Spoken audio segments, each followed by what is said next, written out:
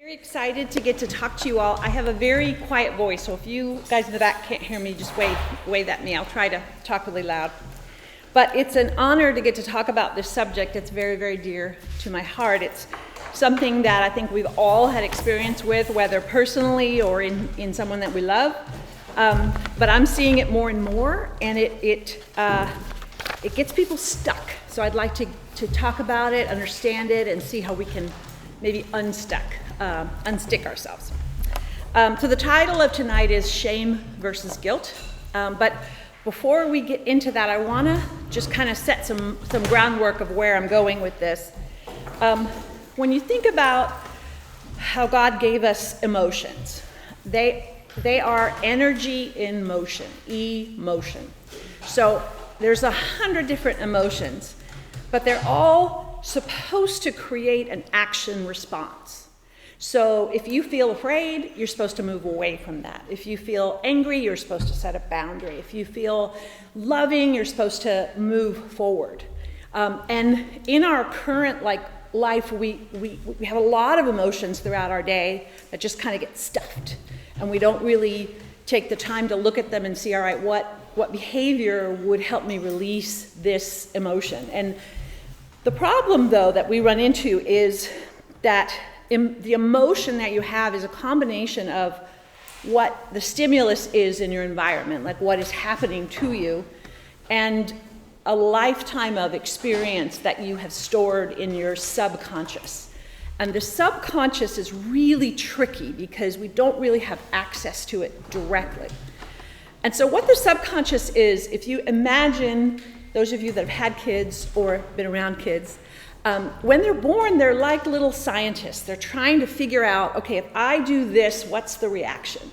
If I go up and I'm really cute and mom smiles at me, okay, I must be worthwhile, I must be good.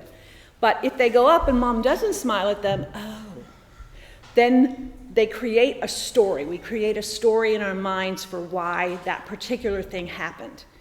And sometimes the stories are correct and sometimes they're not. And those stories get filed away almost like this tape recorder in our brains. Let me put this over here.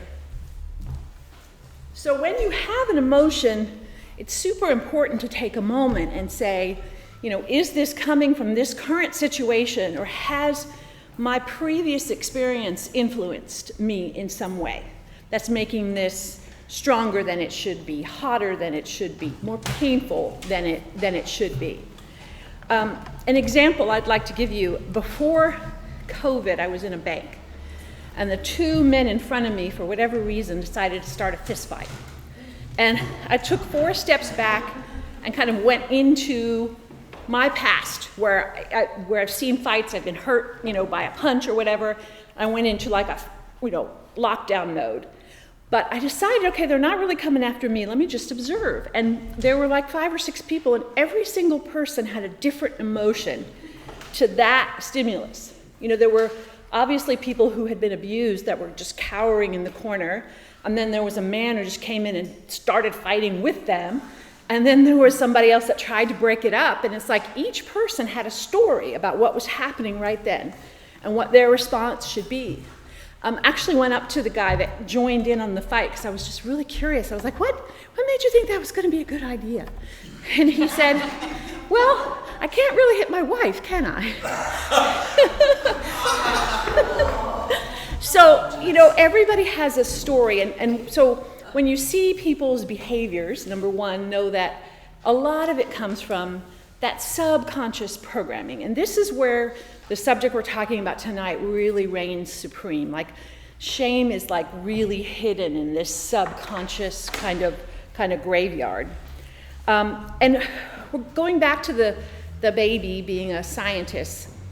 If something overwhelms their central nervous system, which happens readily, right? They're tired, they're hungry, something's too loud, something scares them, their needs aren't met for too long, and they start to kind of go into shutdown mode. Those are the things that really stick in the subconscious. And as human beings, we would rather tell ourselves a story that makes us feel in control, even if it's incredibly painful, rather than admit, well, we really don't know why mom didn't respond to me right now. That unknown is too terrifying for us. So we'd rather say, it's because I was bad, or it's because I didn't smile big enough, or whatever story we tell ourselves. And so it can kind of become like a scavenger hunt as you get older to try to figure out what are my particular stories. So one of the ways to kind of look for these subconscious things are looking for patterns. What do we avoid? What do we suppress? When do we get super defensive? When do we limit ourselves? And when do we do self-destructive or self-harming things? Putting ourselves in danger, maybe not taking the best care of ourselves physically. Those are really good clues to kind of put up a red flag, like, okay, there's something there. And the thing I'd like to say, like, what we've learned is you don't really have to know what it was. Like, you don't have to know, okay, when I was 2, my mom had a cold and she couldn't respond to me. Like, you don't have to. Like, I mean, it's great if you do, but it doesn't really help that much. It's more, oh, I notice I'm over-responsive. Like if I send a text to someone and they don't respond within an hour. Like I go into like shaking or trembling, like that, to kind of get the pattern, to get the understanding of when X happens, I do Y. And then we can start to figure it out from there. So that's one foundational piece. The other foundational piece in our talk is the biblical perspective on shame and guilt. And I've written down several verses, but the first one is, for all have sinned and fall short of the glory of God. Like, yes, absolutely, we all know this. If I say anything tonight that sounds like I'm saying we have not fallen short of the glory of God, please, call me on that. But it also says, therefore, if anyone is in Christ, he's a new creation. The old is gone and the new has come. So Romans says, and I'm convinced that nothing can ever separate us from God's love, neither death nor life, neither angels nor demons, neither our fears for today nor our worries about tomorrow, not even the powers of hell can separate us from God's love. Isaiah says, fear not, for you will not be ashamed. Be not confounded, for you will not be disgraced. For you will forget the shame of your youth and the reproach of your widowhood, and you will remember no more. So from God's perspective, yes, he can see that we are sinful, but because of Christ's work, he also sees us as completely worthy of his love, and there is nothing that can separate us. And in preparing for this talk, I read this one book, and it said how Jesus became the embodiment of shame on the cross so that we would never feel the shame of separation from God. I thought that was a beautiful kind of reframing of what he did. And so if you're looking from like a heaven downward perspective, it's like case closed, right? We do bad things, God loves us, boom, we're good. But it's in the working it out here on earth with our limited perspective where things tend to get a little tricky. So I'd like to kind of first differentiate between guilt and shame. So a really amazing quote I looked into was, guilt is a North Star, meaning it can give us direction. It can tell us when we've done something against our own integrity. It can tell us when we've done something against the laws of God, and we can create an action plan to change that. So that's a very, very helpful thing. Shame, as opposed to being a North Star, it's a black hole. It's instead of saying, okay, I did something wrong, it says, I am wrong. I am bad, I am unworthy, and I am unforgivable. So every emotion, as I've worked with them over the last 30 years, has a specific texture. And you can think of it as a color or a sound or a texture, but each one is really unique. And shame it's a shrinking of a person. It's a twisting of a soul. And it sustains suffering because it convinces us that if anyone sees the messy, dark, scary parts of us, we will be unsafe, unlovable, unsuccessful, and wrong. So shame is very, very destructive.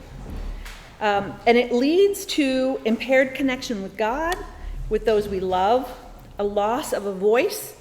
It can turn to rage. It can lead to avoidance, addiction, twisting of the soul and body, a loss of resilience, putting us in survival mode, physical illness or weakness. There's the beautiful verse that says, perfect love casts out all fear. Well, in shame, perfect fear casts out all love. So in shame, it's like putting a cap on yourself. It's like you're buried under a rock, and the love that is there for you cannot get in, whether it's God's love or another person's love. So there's I was talking about the texture. There's some very specific biological and behavioral components to shame. The first is your autonomic nervous system gets engaged. So you might start sweating, you might shake, you might feel flush, you might lose your voice. About 10 years ago, I went to a psychology networking group, and psychologists are kind of weird, but we were trying this intimacy exercise where we had to gaze into someone's eyes for 5 minutes.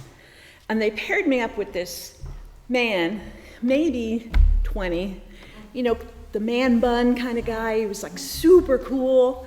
And I started looking at him, and I started sweating out of my head. And the next thing I know, my whole body is like shaking. And it was like, okay, note to self. Like, there's some stored stuff here from high school of, not really being accepted by cool people and feeling really ashamed of who I was. So I was very grateful to that experience, although I really was praying that God would just suck me into the floor. So there's also an immune response to shame, because shame is, the body perceives it as if it's under attack. So your stress hormones come online, which if as many of you know, if your cortisol and stress hormones, adrenaline are too high for too long, the immune system becomes impaired. It just gets depleted and exhausted. So it sets you up to acquire more illness, to acquire more body aches, physical pain, these ongoing things that often, people are going to doctors and trying to figure out, but underneath it is really this lifetime of shame, this lifetime of holding that in. Okay. So there's a specific body posture that shame wants to take. So my son, he's now 21, he was a very cheerful, happy little boy. He went into kindergarten, and that began to change. And I was aware of it, but hadn't really registered what was going on. One day he came home, and he's having his snack, and I said, when you're done, if you could please put your shoes on the shoe rack there right in the middle of the floor. And his response was to go like this and just say, oh, I'm a bad, bad boy. And then because he's my son, he knows he's going to have to talk about that. I leaned towards him, and he did another classic shame response, which is he covered his eyes and he says, no, not in a million years could you ever understand how bad I am. And in that moment, I realized two things: that my son was having a serious shame response, and the shoes were still on the floor, and they were never going to be put away. So this is one of the sneaky parts about shame. Like, when the person goes into that shame response, they leave you all alone. Like, anything that you wanted, anything that you're talking about, anything that you want them to hear, they can't hear it because they're gone in that stress mode.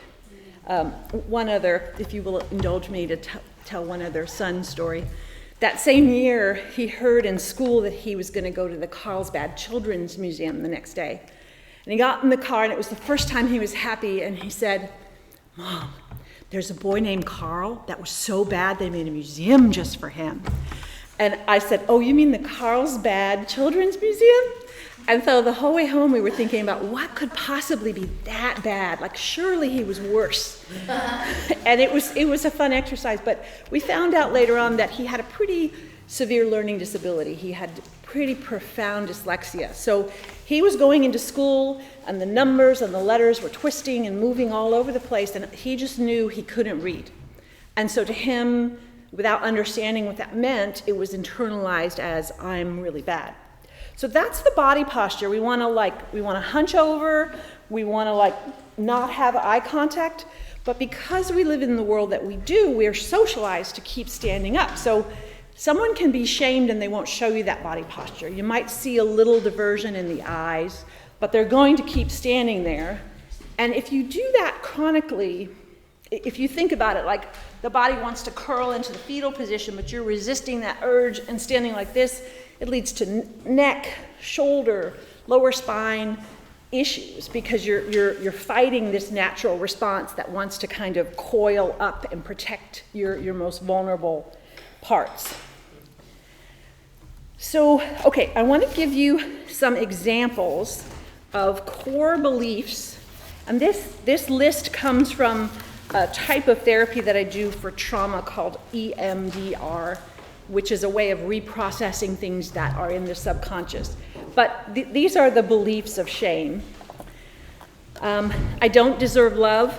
I'm a bad person. I'm terrible. I'm worthless or inadequate. I'm shameful. I'm not lovable. I'm not good enough. I deserve only bad things. I'm permanently damaged. I'm ugly. I'm stupid. I'm insignificant. I'm a disappointment. I deserve to die. I deserve to be miserable. I am different and don't belong. And those sound pretty harsh, but I bet all of us could resonate with at least one of those. And those are the kind of things, if we don't pay attention to it and try to bring some light and love into that area, it tends to twist up, and the potential that we have as a person will be less because we're kind of bound in on that. So I want to just say one quick note about shame and addiction. I could do an entire hour on that, but I wanted to just say that addiction, what we know now, is fundamentally a biological problem. People who become addicted, they don't have as much neurotransmitters as other people do. And specifically, it can be dopamine, which is that pleasure thing. So they go through their life and nothing really feels as great as maybe someone who has more dopamine. But then they take the substance and all of a sudden they feel pleasure, or they feel joy, or they feel what everybody else starts to feel. And then they move into that and they start behaving badly, or forgetting things or spending too much money, and then the shame kicks in. And so addictions don't create shame, but shame, they do create shame, but shame keeps them locked in. Because you become so horrified by everything that you're doing in that state, but biologically you need that substance to feel normal. So I just wanted to put that in there. So there's also a shame, rage, pride cycle. So shame is so painful and intolerable that we can often convert it into rage. So if someone makes us feel bad, next thing you know, we're screaming at them, or we cut them out of our life, or it's their problem. Shame is also the core underneath kind of a narcissistic personality organization, which is they present really grandiose, like they're better than anybody else, and they have no issues, but really underneath it, they feel very, very small and very, very ashamed. And if you touch that part by giving a criticism or giving a feedback, you're going to get that rage reaction. So how do you identify shame in yourself and in others? So ashamed individuals do not have the cognitive resources to act as a responsive and responsible agent, authentically attuned to the needs of itself or others. So when you go into shame response, the people in your life lose you. They feel rejected, they feel alone, they feel not believed, and they feel belittled. Which, great, right? That makes you feel more shame, right? So just kind of knowing that something is happening, it's a self-protective, but the end result is this person that you love is no longer has access to you. Sometimes that can help you motivate to come out of shame. Sometimes it just climbs on top of you and feels a lot worse. So behind the feeling of shame is always the fear of abandonment, the death by emotional starvation. So something has happened, if you're feeling shame, that your needs were not met in some profound way, or you perceived them as not being met. And for those of you that are mothers or are going to be mothers, like, you don't have to get it perfect. The research is, if you can respond to your child in a loving way about 33% of the time, they can develop a good, healthy sense of themselves and their ability to move about in the world. As a mother, when I read that, I was like, okay, I can handle 33%. Intrinsic connections between shame and the mechanism of denial bypassed into anger, guilt, depression, doubt, or excessive displays of pride through narcissistic takeover. I think we've kind of covered that, but shame is the root of a lot of behavior. So somebody can present as depressed, somebody can present as prideful, somebody can present as, oh, there's nothing wrong, everything's great in my life. And if you see that, always kind of put in the back of your mind, all right, is there something here? And again, as you start to identify shame in yourself, you'll get the sense of that texture. You can start to feel it, that oh, that person doesn't know who they are.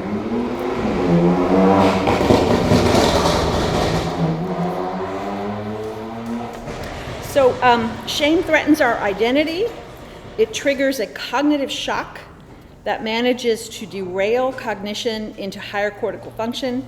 The need to hide or concede overrides rational thought and moral reasoning. Okay, I see this a lot come up in couples therapy.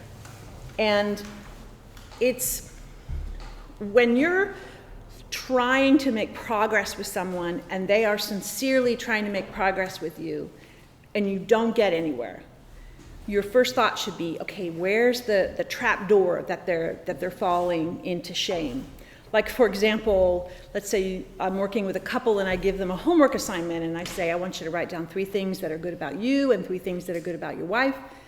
They come in the next week to therapy and one of them was unable to do that exercise. Okay, maybe there was some shame there, but what will end up happening is then the other party is so angry that the person didn't do their homework that they end up shaming that person and feeling really judgmental towards them. But the truth is, when they came in contact with that part of themselves, they could not go there. And that's the problem with shame. Like, we believe we can't walk through it and come out the other side. My husband had tremendous shame from a life of child abuse, and he used to say to me, Corinne, my demons are just too great. I'll never get to the other side. And I didn't understand that at first. And that kind of started me into this journey of trying to figure out what the heck is going on with this emotion where these beautiful, amazing, magnificent people can get like feet of lead and they can't move forward. So that's always something to consider. If you're talking to somebody and it just doesn't make sense, they keep looping or they keep going into a defensive posture or they keep trying to explain something to you, kind of take a step back and say, okay, did I shame them? Did I say something that maybe made them feel something from their past come up for them? Okay, I'm having my shame response. If you can see, I'm sweating out of my head again. Okay. So Brené Brown, I'm sure many of you have heard of her. She is a researcher who's done a lot of work on shame, and she says that shame needs 3 things to grow. It needs secrecy, silence, and judgment. And she says that vulnerability is the superpower to fight shame. So what I encourage people that I feel like have shame is first try to be vulnerable to yourself. And what that means is examine your heart and notice what you're feeling when you're feeling it. Maybe keep a journal. Maybe start out in the morning and just kind of do a brief body scan and see, am I afraid? Am I happy? Am I hungry? Am I excited? Am I sad? Just to kind of begin to see your emotions as something worth listening to. And that can really start the process. Noticing patterns, like if you keep pushing people away when they try to love you or be vulnerable with you. Kind of notice that, spend time with that. Like, being curious, I have found, is probably the most underrated skill in life. Like, not only being deeply curious about ourselves and why we respond the way that we do, but being deeply curious about the people that we love. And if you're curious, you move out of a reactive place. So let's say someone keeps doing something that's just incredibly annoying to you. If you say, now I wonder why, what else have they said? And maybe I could ask them some questions about how they're feeling. And you'll always find that they feel something you would never in a million years imagine. And then you can go with them into that feeling instead of just the, I don't like this, stop it. So, and this is something that I feel like I'm so thrilled that you guys are doing this class, but we need to be teaching this to our children. Like how to have this emotional intelligence, how to check in, how to know what you're feeling. And the thing to know about this like subconscious programming, it's all in our bodies. So if your body has a physical reaction to something, that's the best way to know that there's a subconscious program around that area. And so like every morning and every night I do a body scan. I start from my head and I go like through different bands and just kind of see how is it, what's going on. Sometimes my stomach is all tense, sometimes my shoulders are hunched, sometimes there's pain in my jaw, and it's like, okay, I'm feeling something. What am I feeling? What happened over the last 24 hours that might have triggered me? Okay, let me journal about that. How can I pray and bring God's love into that space so that I can have emotion, I can move it out? Emotion only becomes a problem when it stays stuck, or when it becomes stagnant, or when we don't understand it and we just act however we want. All right, so B here is basically what I just said. Use your body to identify pre-verbal or subconscious shame. Ask yourself also if you're choosing to do this exercise, how old are you? And it's interesting how often you'll get a flash of yourself at 4 or at 5, or you'll just feel really little, or you'll feel really big. And so if you want to do the body scan, or if you have a particular situation that you keep noticing, you keep feeling betrayed by someone, you keep feeling abandoned by someone, you keep getting your feelings hurt, like digging in, okay, where do I feel that in my body? How old do I feel? What words do I want to say? How can I move that out in a productive way? So unproductive responses in well-meaning loved ones. So when we are, in fact, shamed, you tend to act in ways that elicit shaming or judgmental responses from others. So if you are self-conscious about how you look, maybe you're invited to go to a party and you don't go.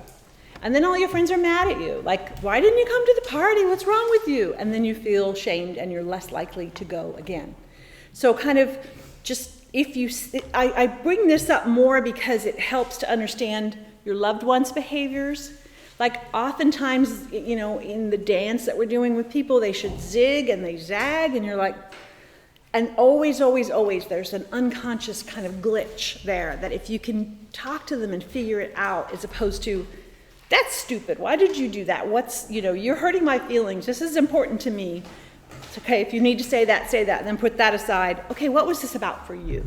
It's truly, truly the most loving thing that we can do. You can't love someone out of shame. Believe me, if you could, I would have done it with my husband. But when you are in shame, when someone is loving, when someone is encouraging, when someone is edifying you, it actually hurts. It physically hurts. Because it's so not congruent with how you are feeling, so it feels like a lie.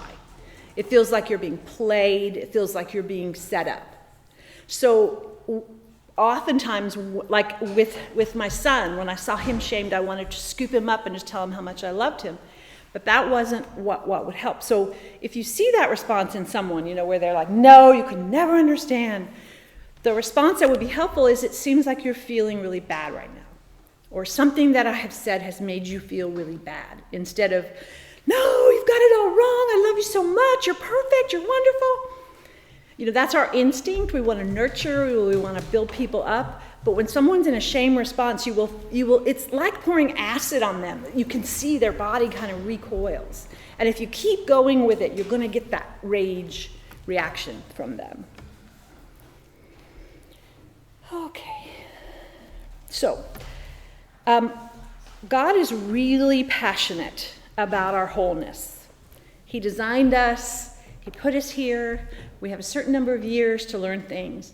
And he keeps bringing situations into your life to trigger you to go in and heal whatever got twisted in those early years. I find often, people have, say, a rough childhood. They do really well in their teen years and their 20 years, and then they get married and it all hits them again. And they're like, why is this happening to me? Well, it's because that's how God designed it. Like, now you're in intimacy again. Now you're in that interdependency with someone like you were when you were a child. You're going to start feeling things that you felt then. And if you can receive it as, okay, God is doing this for me. He's not doing it to me. That changes the whole paradigm. Oftentimes people will come in and say, this happened, this happened, this happened. And it's 5 of basically the same experience. Betrayal, being lied to, being abandoned. And if you have these repetitive experiences, always look inward, because God is pulling those things towards you because he so much wants you to be free. He wants you to be expansive and in your full, how he created you to be. And unfortunately, I don't know exactly why we come here and get hurt and then have to undo it. I don't know exactly what the plan is there, but that is what I see happening, that we get hurt inevitably, whether it's like a pervasive entire childhood or whether it's one traumatic incident. Whenever something like that happens, we then view all of life through that same lens. Like that things are against us, that we have no support, or whatever the story is. And it's super important to try to unpack that, because God wants to just pour his love out on you and his support out on you. And it's those stories that block us from being able to receive that. So you want to check in with, let's say you're having one of these repetitive situations or repetitive themes. How does my view of myself, my body, my skills, my essence line up with God's view of me as a loved, treasured, sought-after soul? So one funny study, I can't believe this got actually funded, but they did a Superman, Superwoman study, and they noticed that if people are feeling slightly insecure, if they take a Superman pose, they will suddenly feel stronger. And so you're going in for a job interview, take a Superman pose. You got to confront someone, take a Superman pose, because it sends off all these chemicals in the body that start to fuel us. And so this first affirmation, I want to invite you to use as kind of a similar test, where you take the Superman pose and maybe look in a mirror and say, I am whole, forgiven, and lovable to God and others. And just kind of sit there for a minute and watch what your body does. And if you continue to breathe, you continue to stay open, you're in alignment with that statement. But you might notice, ooh, I'm not sure that's totally true. Your stomach gets a little tight. Maybe you start wincing up your eyes. Maybe you look away from the mirror. But this is a really good way just to kind of check. Yes? What's the affirmation? What's the? I'm whole, forgiven. I am whole, forgiven, and lovable to God and others. Another thing that's super important, like a really, really shamed person is going to fall into perfectionism, where they just have to do everything perfect. So starting off with someone, if you notice that in yourself, starting off with, I am allowed to make mistakes. And the beauty of affirmations, especially if we match it with some kind of body posture or stretching or some kind of movement, is it gets the body working to try to see if that's true or not, and try to see if it can start creating experiences or drawing in things that match that. So if your subconscious is like this leak in the system that's always saying, I'm not enough, I don't deserve good things, but you start off every day with some of these affirmations, you're gonna see your experiences start to shift because you're changing how you're holding yourself and what you're allowing to come in. So just the last two are, I am allowed to show up fully. This one I find a lot for women, that I am allowed to show up fully. Fully. Yeah. Yeah, we are socialized to not be too loud, not be too forceful, not be too anything, right? And so just really knowing that we can show up fully in our strength, in our voice, and with everything God designed for us. And then the last one, just to do again to check, is I am enough. And that's a tricky one, because enough for what, right? And enough to what? But just try that word, because that's a really big one. I am allowed and I am enough. Those are two really big words when you have shame. It just kind of starts to move some energy a little bit, so you can start to see where it is. Well, that's basically my spiel. I'm sure maybe you have questions, or we can have a discussion, however you want to proceed.